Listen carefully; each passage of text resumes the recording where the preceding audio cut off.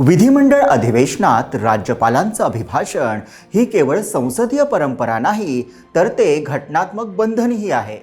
राज्य सरकारच्या कामकाजाचा लेखाजोखा या अभिभाषणात असतो. पण मग अभिभाषणावरून राजकीय विरोध का निर्माण झालाय? तमिळनाडूचे मुख्यमंत्री MK स्टॅलिन थेट म्हणतात, ही प्रथाच रद्द करा.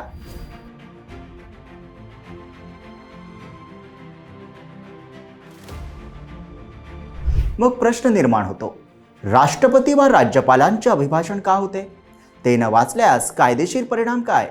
आणि खरंच ही प्रथा बंद होऊ शकते का? आजच्या व्हिडिओत सगळं स्पष्ट आणि सखोल समजून घेऊयात. नमस्कार, मी विहंग ठाकूर. राष्ट्रपती किंवा राज्यपालांचे अभिभाषण हे केवळ औपचारिक किंवा प्रतिकात्मक भाषण नसतं. ते प्रत्यक्षात सरकारची अधिकृत धोरणात्मक घोषणा असते. या अभिभाषणातून सरकार आपल्या आतापर्यंतच्या कामगिरीचा आढावा घेते आणि पुढील वर्षात कोणत्या दिशा, योजना व धोरणांवर काम करणार आहे याचा स्पष्ट अजेंडा विधिमंडळासमोर मांडते. महत्त्वाचं म्हणजे हे भाषण राष्ट्रपती किंवा राज्यपालांचे वैयक्तिक मत नसून मंत्रिमंडळाने तयार केलेल्या आणि सरकारची भूमिका मांडणारे अधिकृत निवेदन असते. म्हणूनच या अभिभाषणाला घटनात्मक आणि राजकीय दृष्ट्या विशेष महत्त्व असतं. भारताच्या राज्यघटनेत राष्ट्रपती आणि राज्यपालांच्या अभिभाषणाबाबत स्पष्ट तरतूद करण्यात आली आहे. अनुच्छेद 87(1) नुसार लोकसभेच्या सार्वत्रिक निवडणुकीनंतर होणाऱ्या पहिल्या अधिवेशनाच्या सुरुवातीलाच तसेच दरवर्षीच्या पहिल्या अधिवेशनाच्या प्रारंभी राष्ट्रपतींचे अभिभाषण होणे बंधनकारक आहे. त्याचप्रमाणे अनुच्छेद 176(1) मध्ये राज्य विधानसभेच्या निवडणुकानंतर पहिल्या अधिवेशनाच्या सुरुवातीला आणि दरवर्षीच्या पहिल्या अधिवेशनाच्या प्रारंभी राज्यपालांचं अभिभाषण अनिवार्य करण्यात आलंय. ही तरतूद केवळ परंपरेचा भाग नसून घटनात्मक बंधन असल्यानं ती टाळता येत नाही. राष्ट्रपती किंवा राज्यपालांचं अभिभाषण प्रत्यक्षात मंत्रिमंडळ तयार करतं. या भाषणाचा मजकूर पूर्णपणे सरकारच्या धोरणांवर, निर्णयांवर आणि कार्यक्रमांवर आधारित असतो. राष्ट्रपती किंवा राज्यपाल यांची भूमिका केवळ त्या तयार केलेल्या अभिभाषणाचे सभागृहात वाचन करण्यापुरती मर्यादित असते. महत्त्वाची बाब म्हणजे राज्यपाल किंवा राष्ट्रपतींना या भाषणामध्ये कोणतेही बदल करण्याचा अधिकार नसतो. ते स्वतःचा मजकूर त्यात घालू शकत नाही. तसेच सरकारने तयार केलेलं अभिभाषण वाचण्यास नकार देण्याचाही अधिकार त्यांना नाही.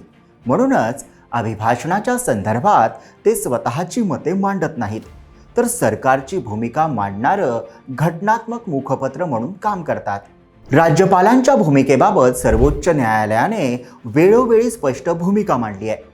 1974 मधील शमशेर सिंग विरुद्ध पंजाब सरकार या खटल्यात न्यायालयाने ठामपणे सांगितलंय की राज्यपाल हे राज्याचे घटनात्मक प्रमुख असले तरी त्यांनी आपले सर्व अधिकार मंत्रिमंडळाच्या सल्ल्यानेच वापरले पाहिजेत. म्हणजेच राज्यपाल स्वतंत्रपणे निर्णय घेऊ शकत नाहीत. त्यानंतर 2016 मधील नबाम रेबिया प्रकरणात सर्वोच्च न्यायालयाने ही भूमिका अधिक ठळक केली. अधिवेशन बोलावणे, ते स्थगित करणं तसेच विधानसभेत अभिभाषण वाचणे ही सर्व कामे राज्यपालांनी मंत्रिमंडळाच्या सल्ल्यानुसारच करावीत, असं न्यायालयानं स्पष्ट केलंय. याचा साधा अर्थ असा की या बाबतीत राज्यपालांची वैयक्तिक मर्जी किंवा इच्छेला कोणतेही घटनात्मक स्थान नाही. त्यात अलीकडच्या काळात राज्यपालांच्या अभिभाषणावरून वाद अधिक तीव्र होताना दिसत आहेत. तमिळनाडूमध्ये राज्यपाल RN रवी यांनी सलग 4 वेळा संपूर्ण अभिभाषण न वाचताच किंवा ते अपूर्ण ठेवून सभागृहातून बाहेर पडण्याची भूमिका घेतली. त्यामुळे तमिळनाडूतील द्रमुक सरकार आणि राज्यपाल यांच्यातील तणाव उघडपणे समोर आला. ही परिस्थिती केवळ तमिळनाडूपुरती नाही, केरळ आणि कर्नाटक या राज्यांमध्येही राज्यपालांनी संपूर्ण अभिभाषण वाचण्याचं टाळल्याचे प्रकार घडले आहेत. काही ठिकाणी तर राज्यपालांनी सरकारने दिलेल्या मजकुराऐवजी स्वतःचाच मजकूर वाचल्याचे आरोप झाले. या प्रकरणावर राज्यपालांचं म्हणणं असं आहे की मंत्रिमंडळानं तयार केलेल्या भाषणात तथ्यात्मक चुका होत्या. मात्र इथे खरा प्रश्न उभा राहतो तो असा की त्या चुका दुरुस्त करण्याचा अधिकार नेमका कोणाला आहे? घटनात्मक दृष्टिकोनातून पाहता हा अधिकार राज्य सरकारकडे आहे.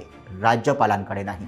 तामिळनाडूचे मुख्यमंत्री M.K. स्टॅलिन यांनी या संपूर्ण प्रकरणावर थेट आणि स्पष्ट भूमिका मांडली. ते म्हणतात, जर राज्यपाल सरकारने तयार केलेलं अभिभाषण वाचायला तयार नसतील तर ही परंपरा ठेवण्याचा अर्थ तरी काय? स्टॅलिन यांचा आरोप असा आहे की राज्यपालांचा हस्तक्षेप सातत्याने वाढताना दिसतोय. त्यामुळे लोकांनी निवडून दिलेल्या सरकारच्या अधिकारांवर गदा येते. त्यांच्या मते राज्यपालांकडून अशा प्रकारे अभिभाषण टाळणं हे लोकनियुक्त सरकारचा अप्रत्यक्ष अपमान आहे. याच पार्श्वभूमीवर अभिभाषणाची ही पद्धत आता कालबाह्य झाली असून तिचा पुन्हा विचार होणं आवश्यक आहे, असं स्टॅलिन यांनी ठामपणे सांगितलं. त्यामुळेच राज्यपालांचे अभिभाषण अनिवार्य करणारी तरतूद काढून टाकण्यासाठी घटना दुरुस्ती करण्याची मागणी त्यांनी पुढे ठेवली आहे. या प्रश्नाचं थेट आणि स्पष्ट उत्तर आहे, हे सोपं नाही. कारण राज्यपाल किंवा राष्ट्रपतींच्या अभिभाषणाची ही प्रथा केवळ परंपरेचा भाग नसून घटनेत स्पष्टपणे नमूद केलेली तरतूद आहे. त्यामुळे ती एखाद्या प्रशासकीय आदेशाने किंवा सरकारच्या निर्णयाने रद्द करता येत नाही. ही प्रथा बंद करायची असल्यास घटना दुरुस्ती करावी लागेल. त्यासाठी संसदेत आवश्यक बहुमत मिळवावं लागतं, राज्यसभेची मंजुरी घ्यावी लागते आणि काही प्रसंगी राज्य विधानसभांचीही संमती आवश्यक ठरते. म्हणजेच या प्रकरणात व्यापक राजकीय सहमतीशिवाय कोणताही बदल शक्य नाही. या संघर्षावर तातडीचा आणि ठोस उपाय सध्या तरी दिसत नाहीये. विरोधी पक्षांची सत्ता असलेल्या लोकनियुक्त सरकारांच्या कारभारात राज्यपालांचा हस्तक्षेप वाढल्याने राज्यपाल हे पदच मोडीत काढण्याची मागणी नेहमी केली जाते. केंद्र राज्य संबंध सुधारण्यासाठी सरकारी आयोग आणि पुंछी आयोग यांनी राज्यपालांच्या भूमिकेवर काही मर्यादा घालण्याच्या शिफारसी केल्या होत्या. मात्र या दोन्ही आयोगांच्या शिफारसी आज तागायत कागदावरच राहिल्या. त्याची प्रत्यक्ष अंमलबजावणी झालेलीच नाही. अलीकडेच सर्वोच्च न्यायालयानेही एक महत्त्वाचा निर्वाळा दिलाय. राज्यपाल किंवा राष्ट्रपतींवर विधेयकांना मंजुरी देण्यासाठी कोणतीही ठराविक कालमर्यादा घालता येणार नाही, असं न्यायालयाने स्पष्ट केलं. त्यामुळे राज्यपाल आणि लोकनियुक्त सरकारांमधील संघर्ष लवकर कमी होण्याची चिन्हे सध्या तरी फारशी दिसत नाहीयेत. पण लक्षात घ्या, राज्यपालांचं अभिभाषण ही केवळ संसदीय परंपरा नाही, तर घटनात्मक गरज आहे. राज्यपालांचे कर्तव्य आहे की त्यांनी राज्य सरकारने तयार केलेले भाषण सभागृहातच वाचले पाहिजे. पण जेव्हा हे कर्तव्य टाळलं जातं तेव्हा राज्यपाल आणि राज्य सरकार यांच्यातील संघर्ष अटळ बनतो. मग सर्वात मोठा प्रश्न आहे, ही परंपरा जपली जाईल की संपुष्टात येईल? तर त्यात एक गोष्ट स्पष्ट आहे, अभिभाषण ही फक्त औपचारिकता नाही, ती सरकार आणि घटनात्मक व्यवस्था यांना जोडणारा महत्त्वाचा दुवा आहे. तर राज्यपालांच्या अभिभाषणाची ही प्रथा रद्द झाली पाहिजे या मागणीबाबत तुमचं मत काय ते कमेंटमध्ये नक्की लिहा आणि व्हिडिओला लाईक करा, शेअर करा आणि आमच्या YouTube चॅनलला सबस्क्राईब करा.